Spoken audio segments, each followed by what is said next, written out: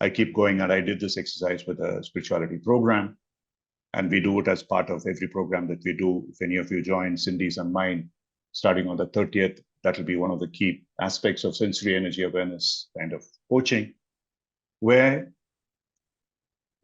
and those of you who will be in the other program would know this, I don't need to know anything.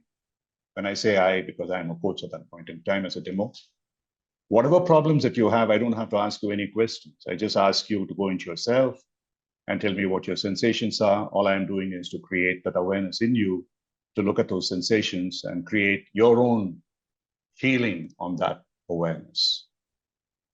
And therefore, there's absolutely nothing that is coming up for me which allows me to judge you, because I'm at your service. All I'm doing is, hey, can you do this if you can? And see for yourself what happens. And that is, to me, the highest level of coaching. And also it protects and preserves all those confidentiality, privacy, and all that kind of a thing, which you're constantly worried about in terms of, can I hold that secret? Or the client thinks, can this person hold a secret? I don't need to know your secrets. To me, this is the highest form of coaching, if you can do that. At some point in time, this is what is going to become coaching. The sensory awareness coaching kind of stuff which we started doing. People think it is somatic coaching, ontological coaching. It's much more than that. It is spiritual coaching. It is spiritual coaching based on energy.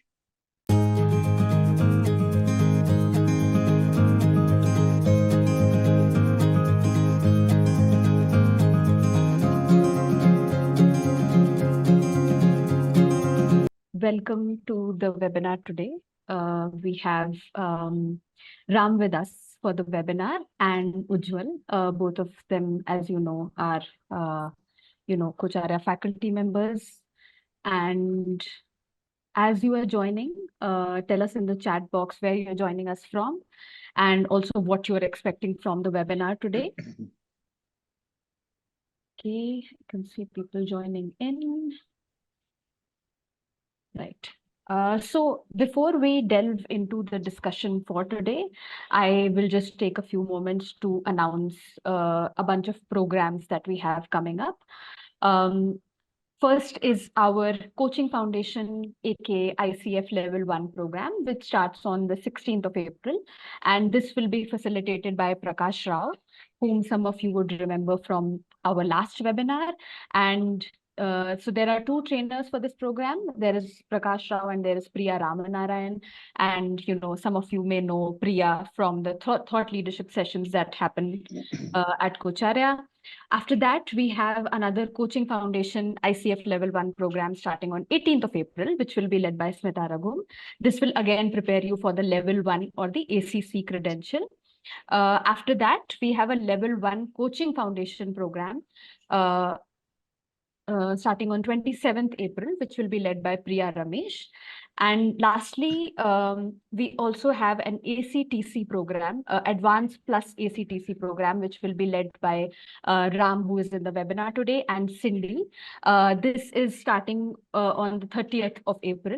And this will basically prepare you for two credentials. One is the Advanced or the Level 2 PCC ICF credential, and the other is the Advanced Certification in Team Coaching or the ACTC credential. Now, we also have some short programs running, which will basically award you with RDs, Resource Development Certificates, which eventually help you to renew your credentials. The first one starts on the 12th of April. This is on self-coaching for building self-worth. This one is with Anshu Bhargava. Next, we have Coaching Mindset for Financial Well-being with Swapna Mirashi. This starts on 18th of April. We also have an NLP primer with Prakash Rao, which is starting on the 8th of May. And we have the Building Creative Confidence with Shiva Subramaniam, which starts on 9th May. So all of these are short programs, and you can get in touch with our team. I will be pasting all the links shortly on the chat box. And you can also reach out to us at contact@kocharya.com or support@kocharya.com.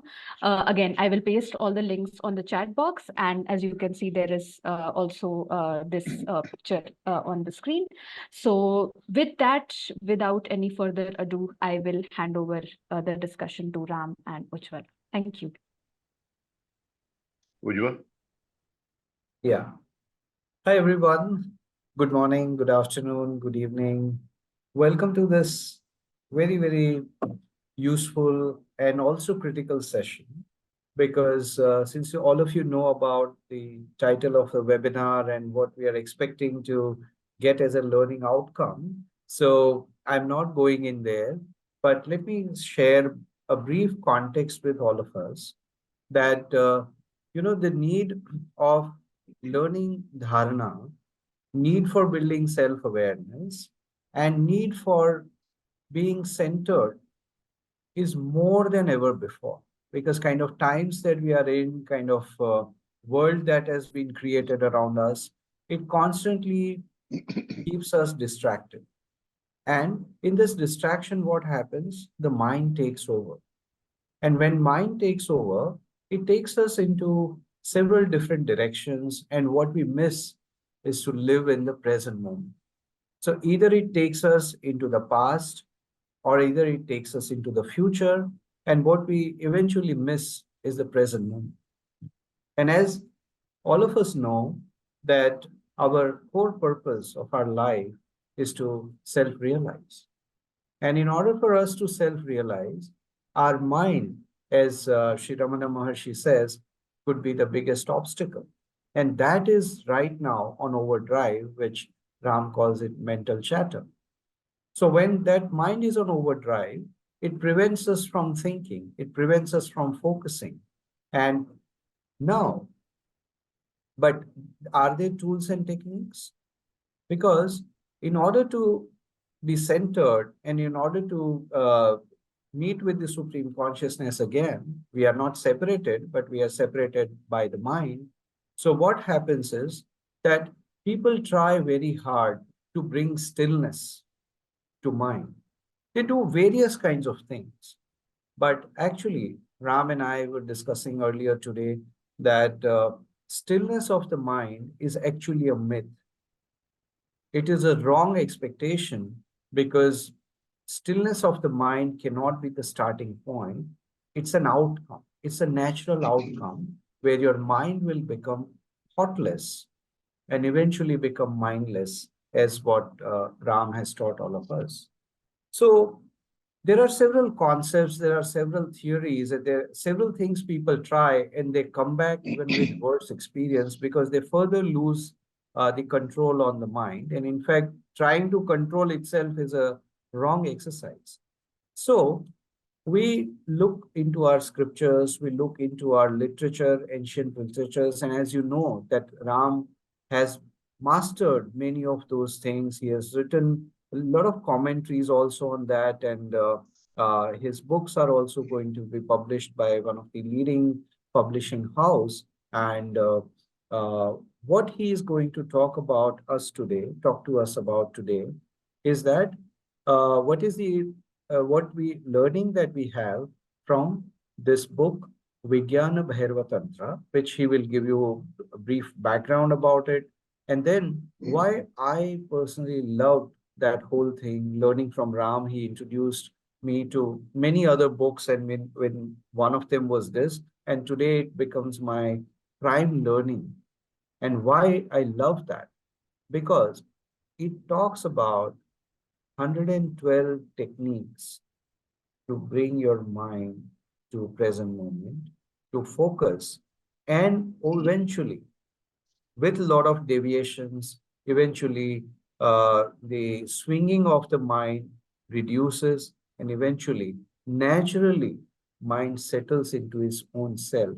What Dr. Michael Singer says, stabilizing in the seat of self. So there are 112 techniques which are very clearly directed and explained in that book, which is basically a conversation between Shiva and Shakti. So it's a very, very powerful text, also explained by a Bihar School of Yoga. The book's name is Ascent. I'll mention that in the chat box. You need not to worry about that. But I think this time and space is going to be very, very important for who you are right now and would you be in the future? And I would also like to come in only when it is required, but otherwise request Ram to share brief background about this whole concept of Vigyan Bhairava Tantra, about Bihar School of Yoga, the Ascent, etc., and then lead us into what these dharanas are. Thank you. Thanks, Ujjaval. Yeah. Ujjaval referred to me as someone who's mastered some of these things. I'm not even the little tail of a mouse wagging its tail in front of, forget about the Vijnana Bhairava Tantra by Shiva, but people who have written commentaries on it. The most famous of them now is by Osho. There's a book called The Book of Secrets, over 1,000 pages. Amazing is not the word. He takes you on a global tour, universal tour. Anyone who wants to understand more about the Vijnana Bhairava Tantra. Vijnana Bhairava Tantra basically means, Tantra, I'll go back into later, is as opposed to yoga and Vedas, it's the earliest form of Agama scriptures, predates the Vedas. Bhairava is a name that is given to Shiva, normally referred to as the fearsome aspect of Shiva, but in this particular case is a loving aspect of Shiva. Vijnana, of course, is wisdom. And Osho is one, Bihar School of Yoga. I think it's Swami, this lady, Satyananda Saraswati, I'm not quite sure. Brilliant book, The Ascent, on all the aspects of it. And then, of course, really the master is Lakshman Ju, Kashmiri Shaivas, who has spoken about it. Other people have written about it. Jagjit Singh has talked about, he's a disciple of Lakshman Ju. So these are people who are really the great masters and scholars. And my knowledge about all this is derived knowledge from these people. And I had published a lot of this on Vijnana Bhairava Tantra earlier on a site called Zen to Coach, zen2coach.wordpress at wordpress.com. So those of you who want to go there and take a look at it, you can. There is also ebook, which we are trying to publish, but at the same time, like Ujjaval mentioned, Motilal Banarsidass, who is probably the most reputed of all the Vedic scriptural publishers in India, the most famous across the world. They've sort of offered that they would publish that. So we'll go into it. So let me stop with that. Let's go to dharana first. What is dharana? Dharana, the word comes from as the sixth limb of yoga, the second of what is called the internal yoga. The first of the internal limb is called the pratyahara, controlling the senses. The second is called dharana. Dharana is really trying to focus on one thought. Very often it is talked about as concentration. It's not concentration. It's the opposite of concentration. You just rest your attention, focus in a sense, without any effort. And so it could be through any one of your senses. The next step after that, once you've learned how to do that, is to let go the sensory part of it and then focus on one part of the sense or one thought. And that is dhyana, that is meditation. And that's also the penultimate. And the final state is called the samadhi, where you let go the thought as well and you disengage. Eventually, it leads to stillness. Everybody talks about sunya meditation, stillness meditation, and so on. Believe you me, it doesn't exist. You become still when you are dead. You are a flatliner. Till then, the brain is working. You can replicate the sense of stillness to some extent and try and reach that space, but it's tough work. And so if you are a meditator anywhere in the beginning or even in the middle, unless you are a Zen master, or you have practiced like I have for 40 years or 50 years, and occasionally I'm able to get into that state and stay there for some time. But not always. It's not something that just comes at your will and so on and so forth. So that's what is dharana. Going back to Tantra, the word Tantra, defined in many ways. Tan means the body. It also is defined in some other ways. Tra is about liberation in one sense, of protection. So it's protection. Mantra is about protecting the mind. Tantra is about protecting the body. Tantra is a collection of wisdom, is far older than the Vedas, which themselves are about 5,000 years old. And this is called Agama, as opposed to what is called Nigama. The Vedas are Nigama. And minor differences, both are about tradition. Tantra is more practical. The Veda, most of the Veda, if you look at it, the Rig Veda is incantations. The Samaveda is those incantations set to music. The Yajurveda is about rituals. And many of the tantras of the earlier days were then put together by one rishi called Atharva. And he created Atharva Veda, which is really the repository of many of the tantric beliefs. Vijnana Bhairava Tantra derives from something called the Rudramalaya Tantra, very, very old. Kashmiri Shaivism, that's a great part of it. In South India, Shaiva Siddhanta is part of it. So I don't want to go into too many details of that. Essentially, it's about a conversation. The entire Vijnana Bhairava Tantra.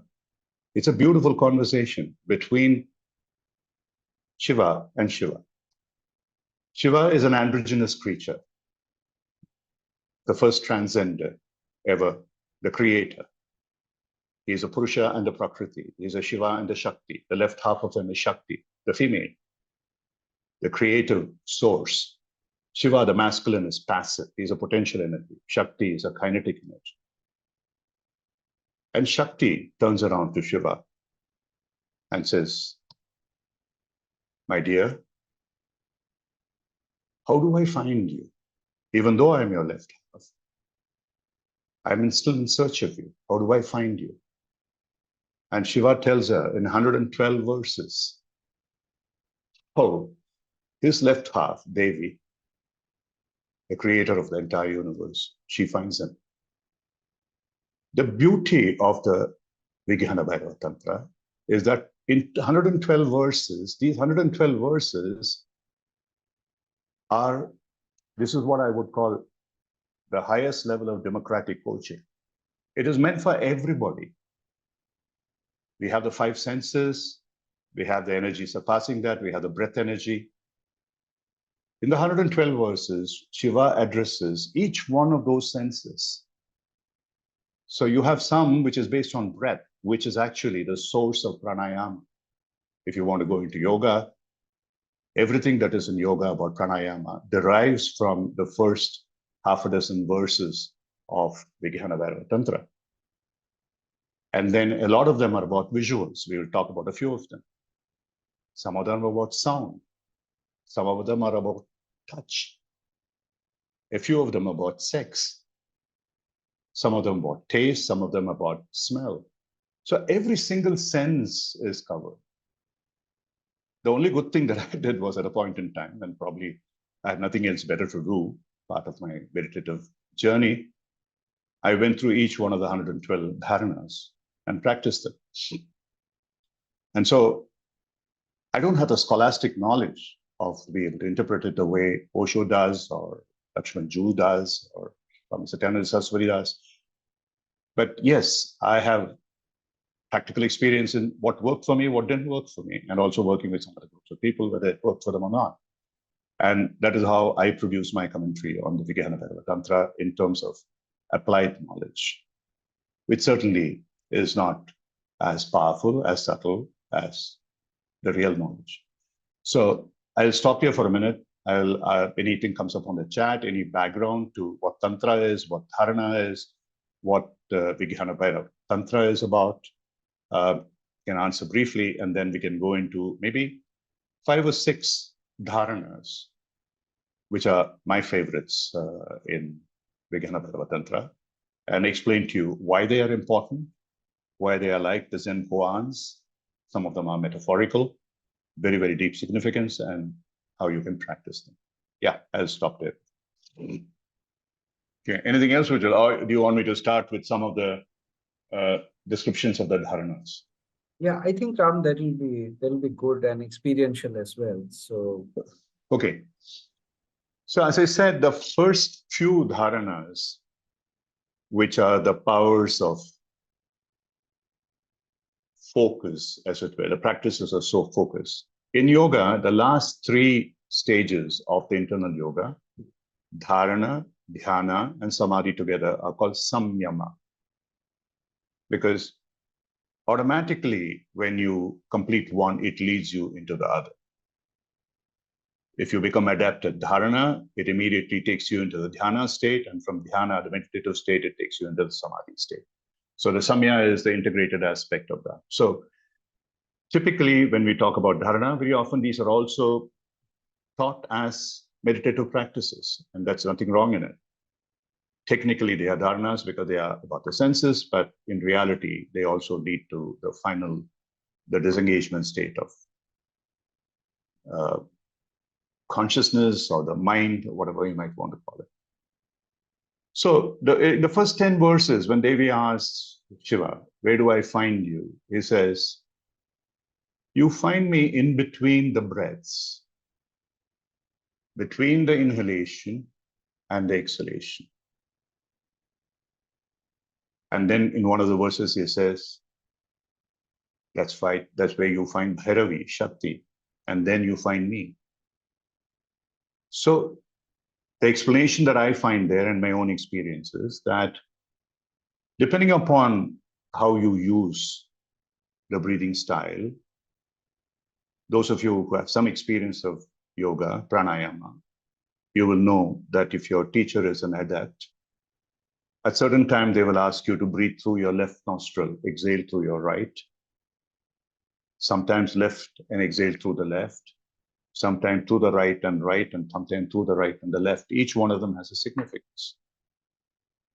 And these are related to the polyvagal nervous system, the sympathetic and the parasympathetic. The left nostril controls the right part of the brain. It controls the parasympathetic part of it. And it's a cooling part of the energy. In the nervous system of Ida and Pingala, one of them is called the moon, the other is the sun. It's a moon part of it. And the right part of it controls the left side, which is the more active side. So when you want to first get yourself active, say in the morning, and you're finding somewhat sluggish, try and hold there is a particular thing called nasika mudra, something like this. You put your ring finger down here, the thumb here. Inhale through the inhale through the right, and then exhale through the left. Or inhale through the right and exhale through the right. Keep doing it a few times. The inhalation through the right nostril, in and out, a forceful inhalation and gentle exhalation will activate your left brain. Similarly, in the night, if you want to go to sleep, don't do it ever on the right, because you'll be lying awake most of the night. You do it to the left side, and it'll calm you down, and it'll get you ready for sleep. And a very, very simple way for many people, like I suffer from it, many people, 90% of people I've talked to suffer from it, sleep apnea, you're snoring and stuff like that, mild symptoms of that. If you lie down on your flat back, you would suddenly find that you are snoring or your throat is constricted. Turn to the left, turn to your right, and lie with your left nostril out so that your right side of the nose is a little bit blocked, and then you start breathing through the left, and it'll help you. So these are some of the derivations of that initial 3 or 4 details of Vikhana Bhairava Tantra. But the most important, as you go beyond that, the basic pranayama as a breath regulator is taking a deep breath and holding it. And this is what, like, for instance, the other program that I'm running concurrently, many of you are there as well, I see from the names, the spirituality program, what you might call the box breathing, trapezoidal breathing, or whatever name you want to give it. Take a deep breath as long as you can from below your belly. Hold it without touching your nostril or anything for a few seconds. Exhale very, very gently, very, very slowly, twice as long, and then hold it again. So typically, I advise most people to start with about 3 to 4 counts or inhalations, seconds of inhalation. Hold it for 1 or 2 seconds of holding, and then double that 6 to 8 of exhalation. and 2 of holding. So totally maybe between 15 and 20, a total cycle. Eventually, you can reach up to about 30 without too much of discomfort. So in a minute, you can do about 2 cycles of exhalation, 2 cycles of full inhalation, holding, and exhalation, holding. It's extraordinarily powerful. If you're able to do it, let's say about 10 times, that itself will energize you for the entire day. But the most important part of it, and which is as you go along in path, you should increase not your inhalation or exhalation, but the holding. So as you advance in that, let's say you take a breath for about 5 counts. Can you hold for 5 first, or even 10, which is a little difficult? And then 10 of exhalation and 10 holding. That means 10 plus 10 plus 5 plus 10, 35 seconds. Bit tough. But that holding, especially, is going to be more difficult after exhalation. What is called the Antara Kumbhaka and Bahiranga Kumbhaka, the internal holding and the external holding. It is going to be a little bit more difficult on the other side. But if you're able to do it, what happens is all that you can think of is, when am I going to take my next breath? So Shiva says, in that moment, when you almost see that your life is in danger, I'm going to die. And that is when you see me. And that is why Shiva is known as the god of death. In the Trinity, he is not really of death, he is of regeneration. And he is a Isa. He is higher than any of the others in the Trinity. And he is energy. And so practice this. It's not easy, but once you get used to it, you will realize the power of it. And during that holding, you will start experiencing. And it's tremendously health-giving. Believe you me, it's extraordinarily health-giving. Yeah, Ujjaval.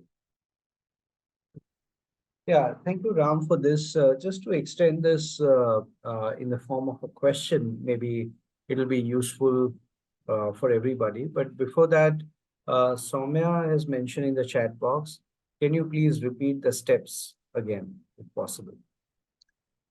The steps are very simple. First, posture. I'm not able to go through a full demonstration here. Always sit with your spine erect. If you're sitting in a chair, sit with your spine erect and your back resting against some kind of a lumbar support, feet completely placed on the ground, arms resting lightly on your lap. And what I call, many people have this problem understanding itself, tuck your neck like this. Don't bend forward, but tuck. That is when the neck becomes straight. The most important thing is the spine should be straight. The ideal way to do that is to sit in either what's called a lotus posture, the Padmasana, a Sukhasana, comfort posture on the ground. For most people, it's a near impossibility. So this is the nearest. Don't lie down and do it. It's a very easy way of saying my spine will be straight, but it's a lazy person's methodology and you'll go to sleep. So many people tell me, oh, I can't breathe. I find it very difficult. I can't be still. That's because your body is not still.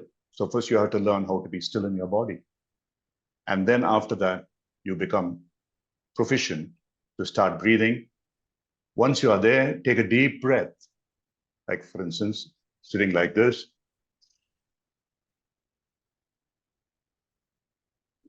Maybe a count of 5, maybe 10. I can easily do about 10, 20 exhalation, 30 plus or 5 and 5, maybe around 40, but it takes time. So after you take the deep inhalation from below the navel as much as possible, if you're a singer, you know that your voice has to be thrown from below your navel, the nabhi. That is, whether Western singing or Eastern singing, that is where the sound has to be produced from, below the diaphragm.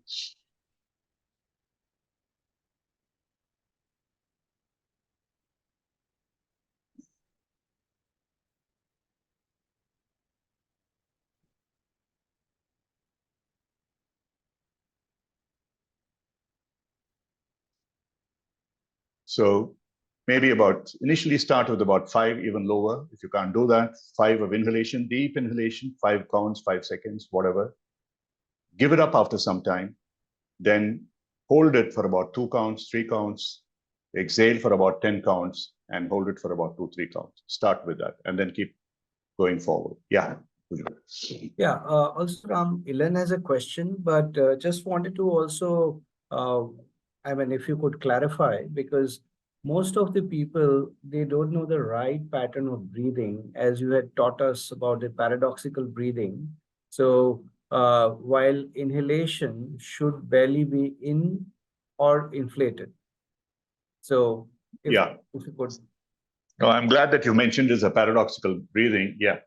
Because many of us, when we breathe in, we sort of tuck in our stomach. I don't know how we learned it. I learned it idiotically from my military training, MCC in India. So you suck in your breath when you inhale. It is the most stupid thing to do, because when you inhale, your belly should come out. So keep your hand there and take a deep breath. Make your belly project by a few centimeters, and then hold, and then exhale roughly for twice as long. After some time, stop counting. Counting doesn't help. Don't do that initially for you to keep track.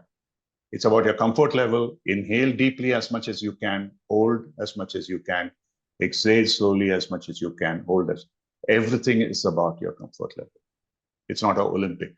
So Ilan asked, can I do it in the morning? Look, the best time to do it is when you're fresh, or even if you're not fresh in the morning. Many of us, the way that we work and get up and all that stuff, we get up either with a hangover, a blurry-eyed, and all that nonsense. So yeah, it might even help you to clear that. So the best thing to do that is early in the morning. It doesn't have to be like 3 or 4 o'clock as many of the yoga practitioners do. But yeah, as early as you can do. And it doesn't matter. You don't have to brush your teeth, wash your face, and do whatever you have to do. If you're comfortable, just sit down and practice the breathing. The wrong time to do it is just before going to bed, unless you are just doing the left side breathing. Don't do any major yoga work after food, at least for about 2 hours after any meal of any kind. Snacks maybe 1 hour, main meals about 2 hours. You should do it before. Ideally in the morning, but you can do it in the evenings as well. You come back from work and before you have your dinner, stuff like that, you can do that as well. Yeah. Yeah. Also, Ram, based on some of the questions, okay, you are sorry. One second, Ujjaval. There's something Rishi Rongala says. It has been my experience that's always happened. What has happened in reverse order is not very clear. Seems paradoxical. The state of mind results in these actions. Sorry, Rishi, I don't understand what you're saying, but what is, you said integration happens automatically. What is the reverse that happens? Yeah. Ujjaval, So did you understand? Yeah. So I guess Rishi can confirm, but what I could understand from him is that so it's mind balancing the body or body balancing the mind, or body silencing the mind, or mind silencing the body. So when mind is paradoxical, when mind is still or mind is centered, body is comfortable, or when he focuses on breathing, etc., when he feels centered in his body, mind also gets automatically centered. So that's where I mentioned about the integration. Yeah, fair enough. But look, the point is, I don't want to second guess Patanjali, okay? It's a good reason why he puts asana, the posture, before the pranayama. Therefore, the first thing would be to make sure that our posture is correct. And the most important thing about the posture is your spine should be erect. If that is not erect, forget anything. Your mind can never be still. Please understand, because the breath energy flows through that Ida and Pingala, the probably whatever system there is, the virtual system that it flows through, it flows through that, the polyvagal kind of concept. And therefore, if you cannot get your body right, you will never get your mind. But the body has to be comfortable. And then the mind is comfortable, which in turn influences the body. Of course, then the integration happens, the total integration happens. But believe you me, the little that I know about yoga, the body is extremely important in any hatha yoga, any practice that you do in yoga. That is the reason why Your body needs to be fit. Then your breathing needs to be perfect. And then you move into detachment from senses, focusing on one sense, focusing on this. If you don't do that, all this will not happen. Another thing I just want to mention as well, and Ujjaval and I talked about it, when he said about the stillness. Yeah, some kind of stillness, of course, will happen over a period of time. But please remember, if you are meditating, beginner meditation, you are going to have the worst thoughts ever coming up for you. Don't let anybody tell you that meditation is going to be blissful. If you're starting on meditation because the mind is like a garbage dump, cesspool, and all the septic tank material will keep coming up. It takes time.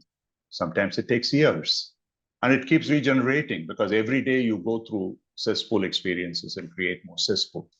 So unless meditation is a regular kind of exercise for you, and once in a while, if you try and do it, you will always start with very, very negative expressions which are coming in. Okay, so yeah, anything else? What if you have a spinal condition that are now, I don't know, I really don't know. Yeah, maybe then you can lie down to the extent possible, if that is possible, and do that. But, well, probably what you mean is for some people, yeah, the curvature happens, whatever that may be called. Those are the kind of things happen, then you can't help it. So try and do as best as you can. That's all I can say.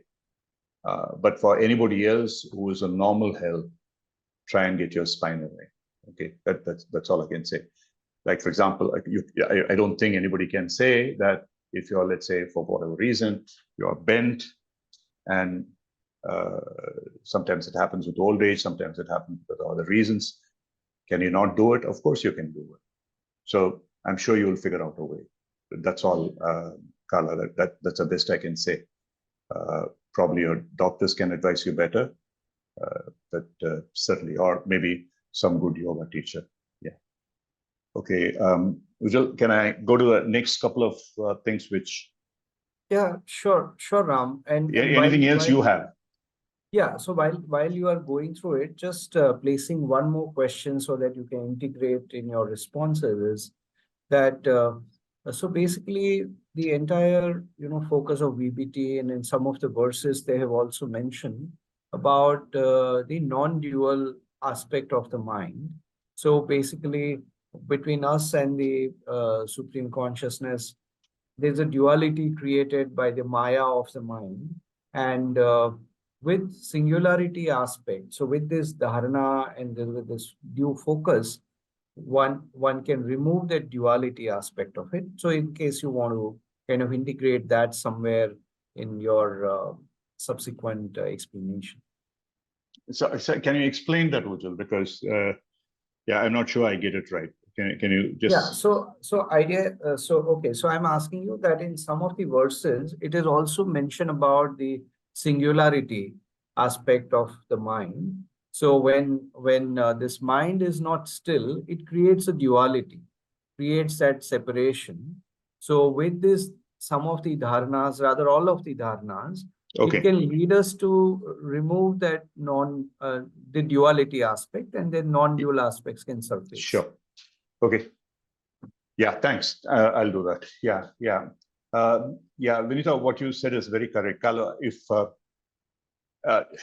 even today, for instance, when I do my yoga, I sit with my back to some kind of a rest, and it helps me with my hips as close to that as possible, and the spine is erect. So there's absolutely no issues about resting your back against a wall if you're sitting down, or of course on a chair and things like that. For most people, especially who are used to Western comforts, even in India, it's extremely difficult for you to sit cross-legged or something without resting your back. So absolutely. Okay.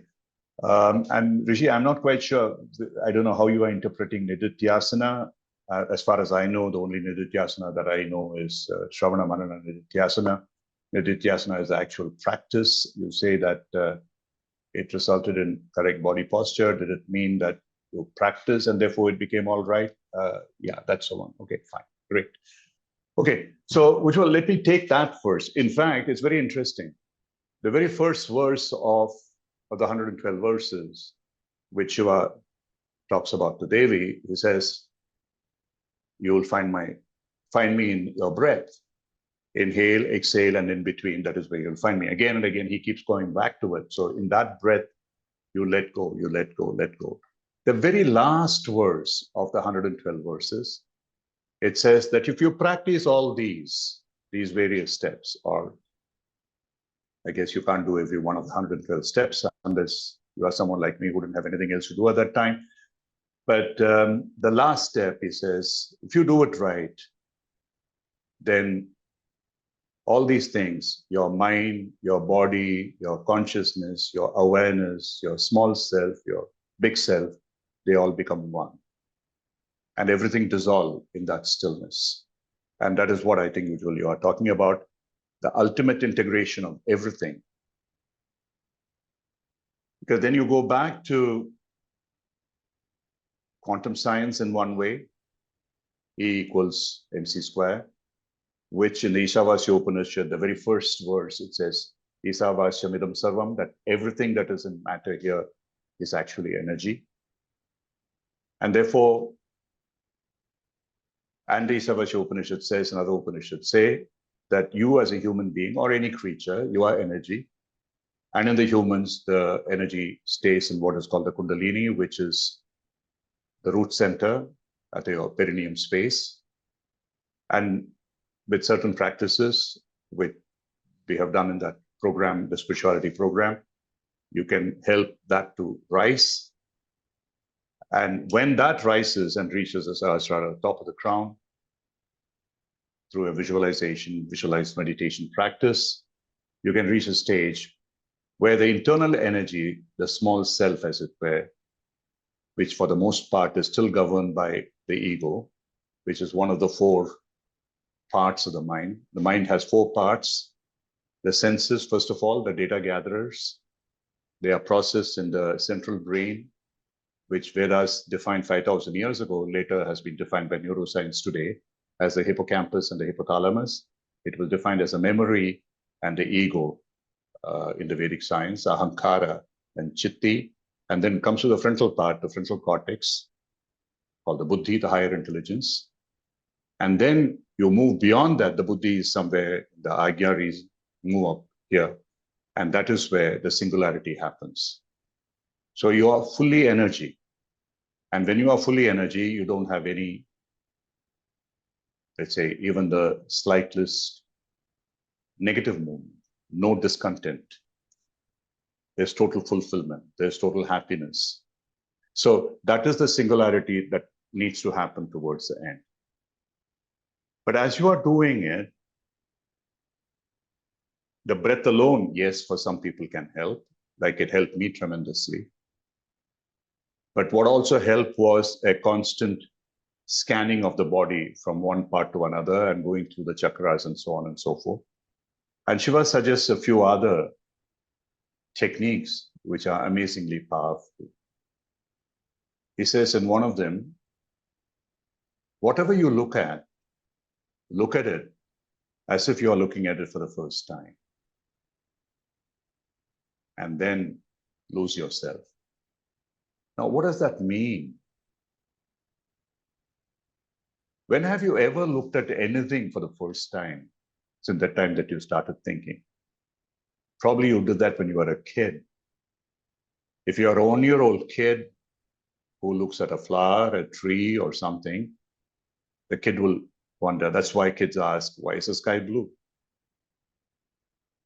Or why is the leaf green? Why is this flower a rose? Why is this flower a jasmine? Till you get the names right. He says, go back to that state of innocence, of curiosity, and look at it in a way that there is no name that comes up for you. That concept of name, the concept of memory, the concept of sensory perception, all disappear. Can you look at it from that perspective? At one level, It's an extraordinarily powerful meditative exercise. At another level, for every one of us, it's an extremely powerful coaching exercise. So when you meet somebody, the words they say immediately typecast that person as this.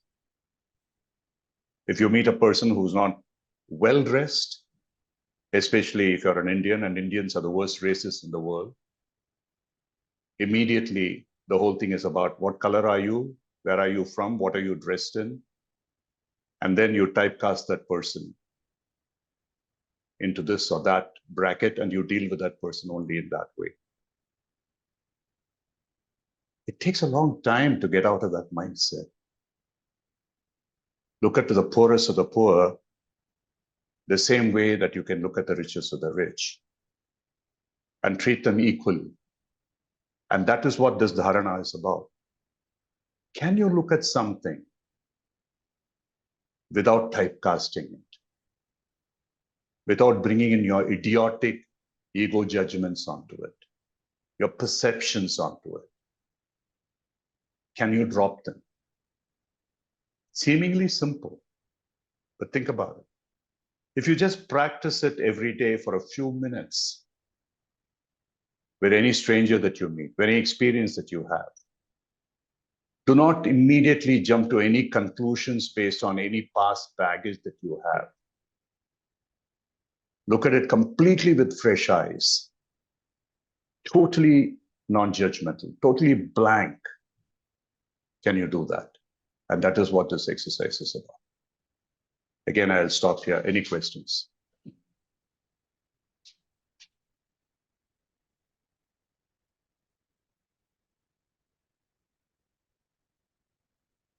Anything that comes up for you, Ujjaval? Ram, thank you. This is very, very powerful.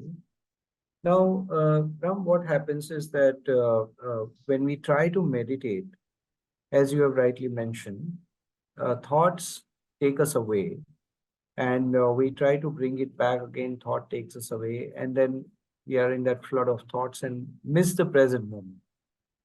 So, if I may ask you to perhaps connect the core competency that we have in coaching, it is about developing presence, about listening, and also focusing on evoking awareness.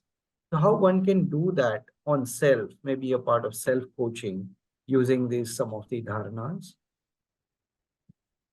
Yeah, actually in coaching competencies, pretty much all of coaching is based on that.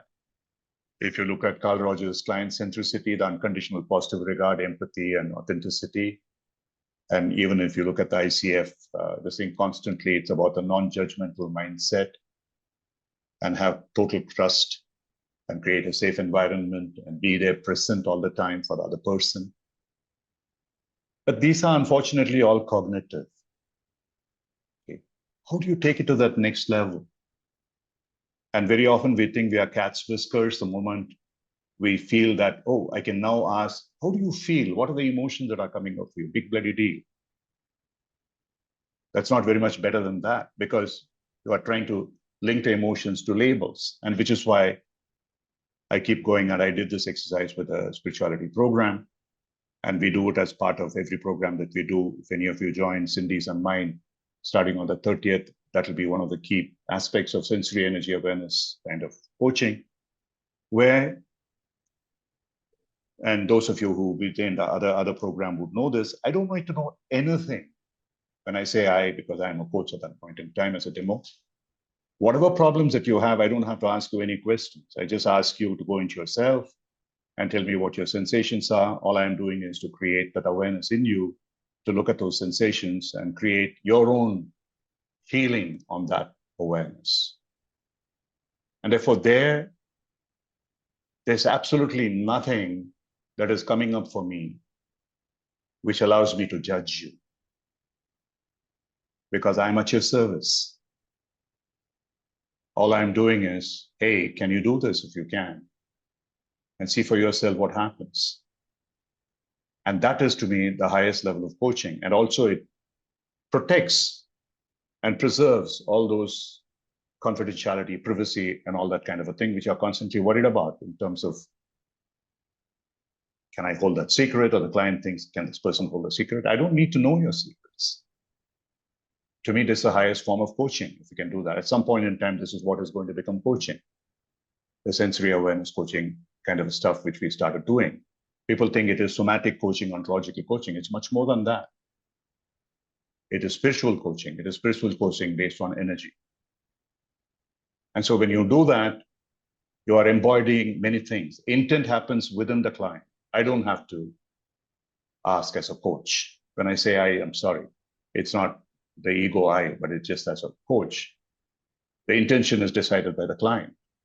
I don't second guess what the client's intentions are.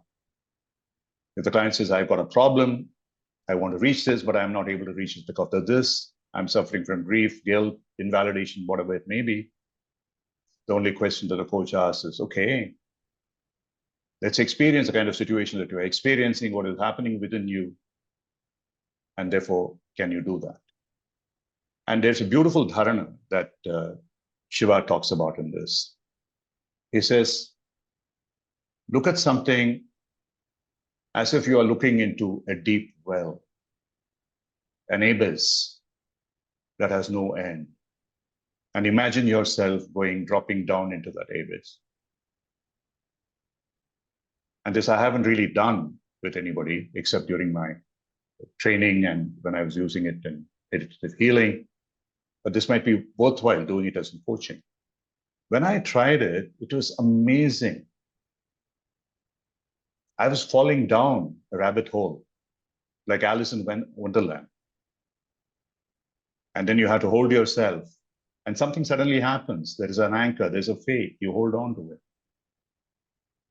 And you descend into the depths. Suddenly, the void, the sunya, turns into purna, the completeness. Suddenly, you start rising up. Believe me, I'm not joking. It happens. Have faith and it'll happen to you. So when you have that kind of an experience, going deep down into despondency, as it were, especially for people who are in traumas, and then they come up and can be used in any situation. Somebody in one of those programs asked me, you only talk about traumas, why don't you talk about ordinary people? Unfortunately, ordinary people are the ones who have traumas. Invalidation is a trauma. So I'm talking about ordinary people as well. So this is another exercise, like looking at something for the first time. Through sensory awareness coaching, you don't have to worry. Maybe ask questions like this. Can you imagine yourself falling down into the abyss? And one other, for the really courageous. And this is my favorite. He says, watch yourself burn from the toe to the head, part by part, as you burn to ashes and be liberated. I've done this with people in meditative classes. You've got to be careful with a disclaimer that if you die during this exercise, I'm not responsible. But other than that, it's an amazingly powerful meditation. This is pure Shiva. The Shiva who dances in the cemeteries, dances on the corpses. Ramakrishna said when he went to Varanasi, Benares, Kashi, and he was in the Manikarnika Ghat, he said, I can see Shiva carrying the spirits of the bodies across. And that's what people believe in. And for me, sitting on the Manikarnika Ghat, a couple of times when I have been able to do it, was an amazing experience. So one of the most beautiful experiences I've had. Hundreds and hundreds of corpses burning. If you see yourself burn, and you rejuvenate, you regenerate, you lose the fear of death. When you lose the fear of death, you start living. And that is what the dharanas do to you. So I've just covered maybe 3 or 4 of these dharanas, but each one of them has a power to lift you. There's another one where he says, intone Om And I taught that. I don't have the time to teach you now. As you chant Om, the A comes from below the navel, U from the middle, Ma from the throat, N beyond, along with the exhalation. You can hold it if you can. I can do it for about 30 counts. And during that process, you sort of, as you completely align with the sound, and this is sound dharana. Looking down the abyss is a visual dharana. Looking at things for the first time, it's more a mind, total kind of a dharana. Watching your body burn is a sensory dharana. There's a sound dharana using the Om. And it can be any music. I mean, you can listen to Beethoven, you can listen to M.S. Subbulakshmi, you can listen to Bhimchand Joshi, you can listen to whatever you like in an area. What is his name? Pavlotti, whatever his name is. Any of those who you love, listen to that music.